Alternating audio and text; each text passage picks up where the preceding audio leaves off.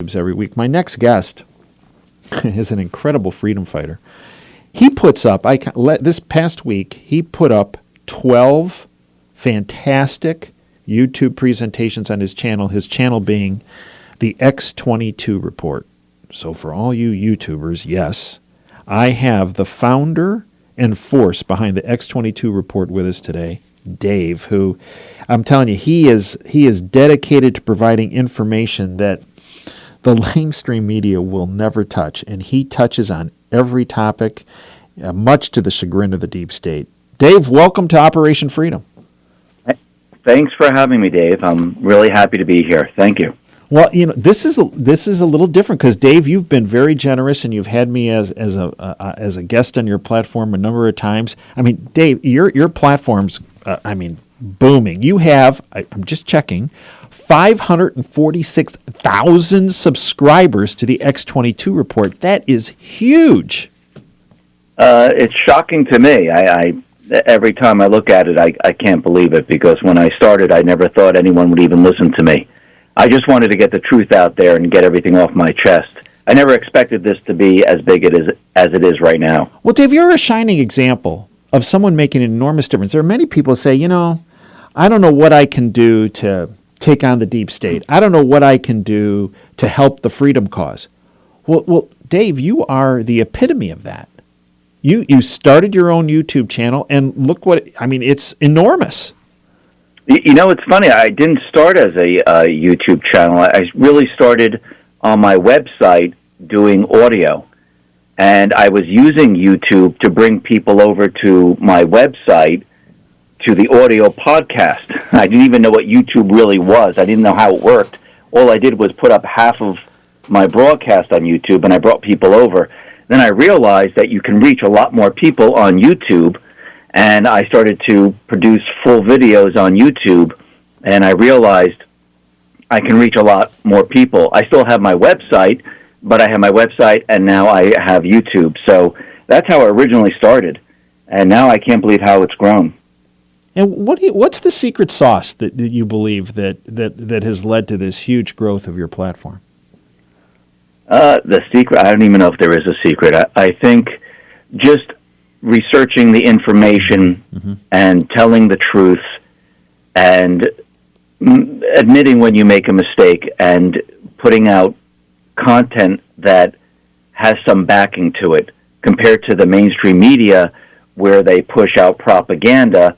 Headlines look great, but when you look at their story, there's nothing to it. There might be a 1-line, 2-line, or 3-line, but the rest of it's garbage. They never show sources. They never have anything. They just have these incredible headlines. Well, we go past the headlines, and we go to the meat and potatoes of everything, and hopefully we hit the truth, and we expose the truth, and usually it's the opposite of the headlines. And I think that might be the secret sauce, as you say. And in addition to the X22 Report channel, you have the X22 Report Spotlight channel. That's the one you do interviews on, of which I've been honored that you've had me on as a guest. You also have the X22 Report Newsflash channel. So there are a number of different channels folks can go to in the X22 Report, if you will, genre. Right. So let's talk about some of the most recent reports. What are some of the most recent reports that you have gotten the most heat about from, if you will, the deep state trolls? Most of them right now. I mean, currently it's the I call it the fake impeachment. I never call it the impeachment. It's all fake, and it's all about the deep state trying to remove Trump. And at every turn, I've been trying to expose everything that they've been doing. Like, I'll give you an example. They keep saying, well, Trump wanted Yovanovitch removed, and he wanted this person removed. Well, if you do a little bit of research, if you go back to 2008, when Obama was coming into his presidency, he removed Bush's ambassadors. All of them. He fired them all. Yeah. Nobody, you didn't see the mainstream media out there going crazy over it. No. Because the president has the right to remove individuals. These are non-elected leaders. These are not elected leaders. These are non-elected leaders that are working for the president. The president sets foreign policy. So, I mean, these are the kind of things that you get heat on. I'll give you another example. In 2016 at the Aspen Security Forum, Schiff flew over with Kislyak, and no one made a big deal about that. Wouldn't that be considered Russian collusion? Right. So Kislyak was the Russian ambassador who General Flynn had spoken to, and they were all saying, "Oh, there's collusion between the incoming Trump campaign." No, Schiff flew in with him. Right.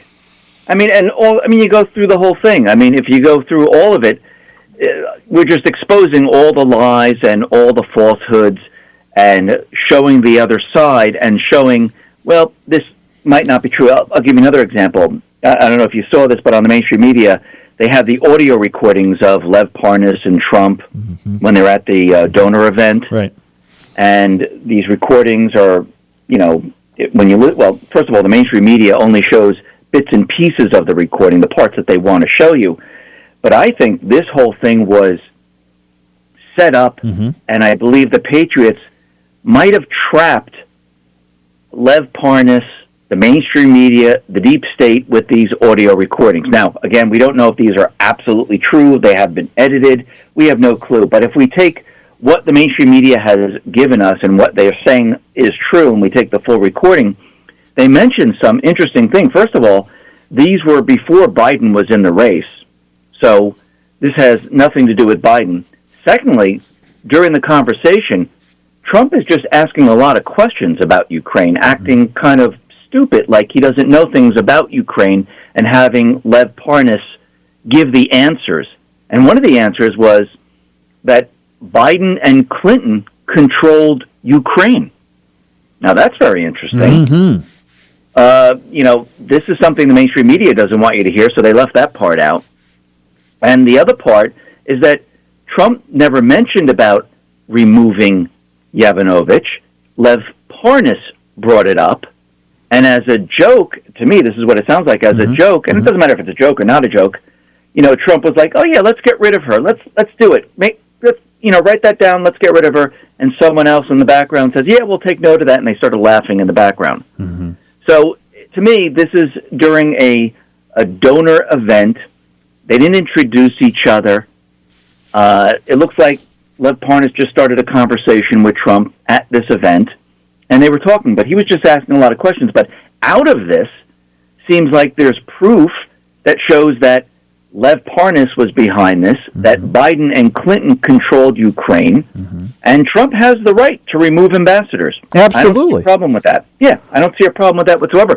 But if they do introduce this into the Senate trials, then you have Biden and Clinton mentioned who control Ukraine, which opens the door. Just like Schiff mentioned the DNC server, just like he mentioned CrowdStrike, just like he mentioned Clinton and Biden during his little opening speech that went on forever and ever.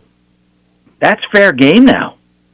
I mean, they can bring that up, the other side. I'm talking about Trump's team. They can bring this up and use this against them. Actually, I think that Trump's team now, they kept everything very short, their opening statement, everything that they did, because they're going to present facts and evidence and really put Schiff on the spot. I mean, just with on Saturday when they came out with the opening statement and they replayed Schiff's call, his transcript that he read about Trump talking to Zelensky, which was completely made up. Schiff was put on the spot right there because it was a made-up transcript, and they produced it so the world could see it once again. And I think Schiff, Nadler, Pelosi, all the way down the line, they're in trouble because, as we know, there were already 2 FISAs that have been shown that are completely invalid. And this is going to lead to other FISAs because now they're going to say, well, if these 2 are invalid, what about the others? What about the Mueller case, where it was based on these FISAs? What about Flynn's case, which is based on the FISA? This has started a domino effect now, and it's going to call into question everything that they've done, and they're going to be in trouble. And that includes, and folks, we're speaking with Dave from the X22 report, that includes the prosecution, some would say persecution is probably the better word, Yes. of General Flynn, right? As well as Manafort and Stone across the board. Yes, it opens up everything. Because now you have to question everything because of there are two invalid. Once you start looking at the others, which now they have a case to do, they start looking at it and say, well, wait a minute, this one's invalid. Wait a minute, they used the same exact tactic on this one. This one's invalid. Everything starts to fall apart. So the Mueller investigation, it calls into question the entire Mueller investigation, the billions and billions of dollars that were spent on this investigation. It calls into question, why did this happen? Now, it all leads us back to Comey and others because they signed off on these things. That's right. And it's not like it's something they just received and you say, oh, you know something, here it is. They put it in front of me and they read it over and they say, oh, yeah, let me just sign it. They have to follow certain checks and balances. Article 13, which says they have to make sure that nothing was omitted, everything's on the up and up. They have to do these checks and then present it. Well, what happened? Why didn't they do this? What went wrong? And when they signed them, Dave, it was under penalty of perjury that they were verified. Yes, exactly. So everything, for me, everything leading up to this point with the first Comey report that came out that said, oh, look, he did leak memos to the press, but the Department of Justice didn't want to press charges. They didn't want to press charges at that time because they knew they'd have a better case later on because they actually have his signatures on documentation, which would be a slam dunk. The IG Pfizer report came out and showed all the discrepancies, showed that there was bias, shows that there were problems in getting the Pfizers. We also have Admiral Rogers, who also reported Pfizer abuse, who's now talking to Durham. All of this is falling apart all around them. And Comey, Brennan, Obama, because it's going to lead all the way up to Obama, they're all in trouble. Their world is falling apart right now. And one thing I get out of all of this, it's just not about going after these individuals.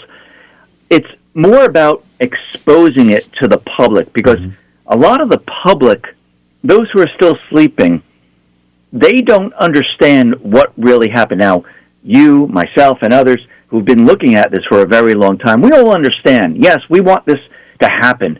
But those people who don't understand, it's about exposure. Taking these individuals, bringing them out into the light, showing the American people what they actually have done, how they lie, and they keep lying all the way until, well, they're going to just keep lying. It's about showing the public how these individuals went about spying on the president, how they did it, why they did it, when they did it, and I believe this is much more powerful than just rounding people up. Because if you just try to round all these people up, most of the people would not go along with it. That's right. Because they didn't understand what was going on. When you give people a little bit of information, a little bit more information, and you keep going with it, people start to question everything. And once they start to question these things, they start to ask a lot of questions. They start to think logically. They wake up. Now, is everyone going to wake up? No. You're still going to have those people that are sleeping.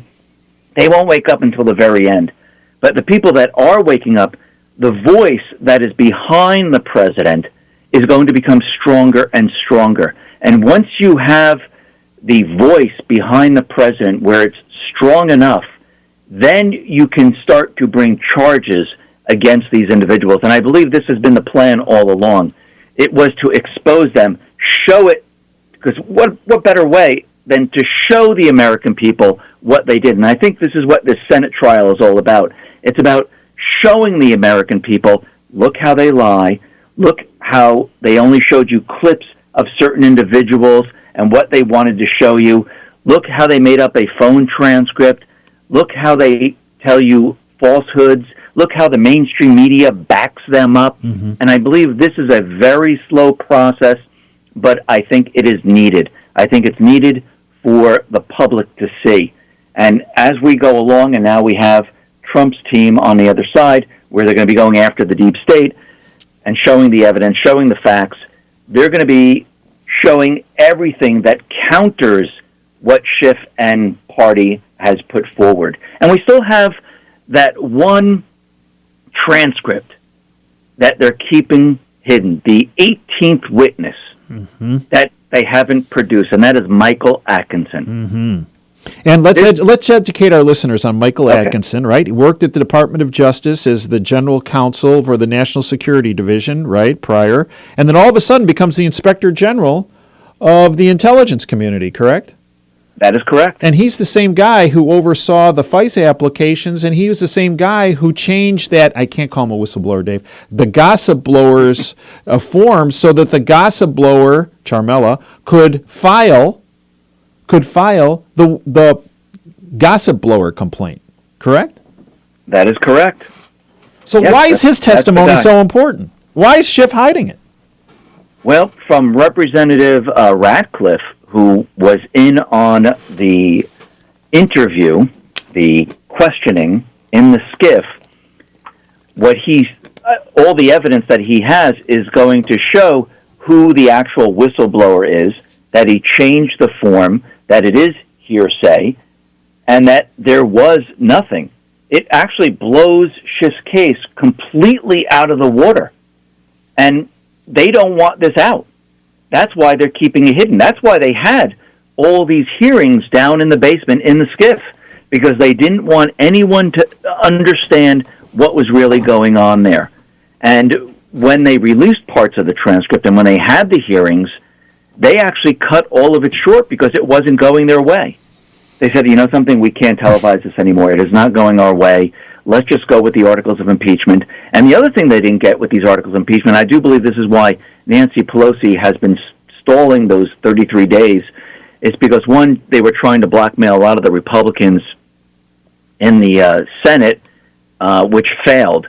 But they were also trying to get some substance from the Supreme Court, and that was the tax returns from Trump, the Don McGahn testimony, and the grand jury information from the Mueller report, which Weissman put together, which they never received. And they thought they were going to get one part of this, but they never got any of it. So they were left with nothing with these articles of impeachment. And that's why there's nothing behind them. And this is why this whole thing is going to fail, because they didn't get any crime. They thought within one of these things they were going to find a crime. They didn't get any of them. And now they're stuck. And there's no place for them to go with this. And this is their major problem. And this is why they're putting on this gigantic show in front of everyone, because if you have facts, you don't have to go 2, 3, 4, 5, 6 hours and put on a show. If you have facts, it's very, very simple. You present the facts, and that's it. I mean, I think Ted Cruz said it the best. When you don't have facts, you pound the camera and you keep telling everyone what they want to hear. And when you do have facts, you pound the facts. But what they're doing is they're pounding the table, they're talking to the camera, and they're putting on a show. If they had facts, they just pound the facts and show fact, fact, fact, and they'd be done with it. But since they don't have that, they have to put on a show. And it's propaganda.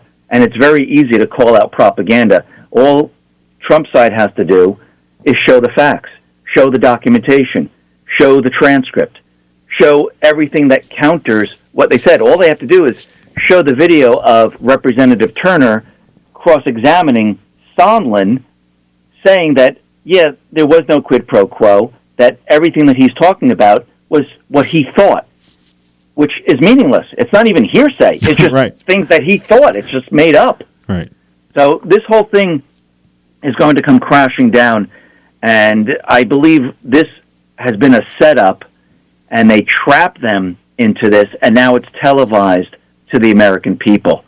And now when, I think it's on Monday, when Trump's team starts presenting evidence and facts, this is when they're going to be in trouble. This is when the public is going to learn everything that went on, and it's going to be a disaster for them. And I think this has been the plan from the beginning, to expose their corruption, expose their treasonous crimes, and show America this is what these individuals have done. And you can see it firsthand. Here are their signatures. This is what they've done. Here's the documentation. We have it all against them, and they have nothing against Trump. Folks, we're speaking with Dave from the X22 Report, so you can go to youtube.com and type in X22 Report. You'll get to his great channel and channels. Also, you can go to x22report.com. Dave also has a link back to his YouTube channel from there.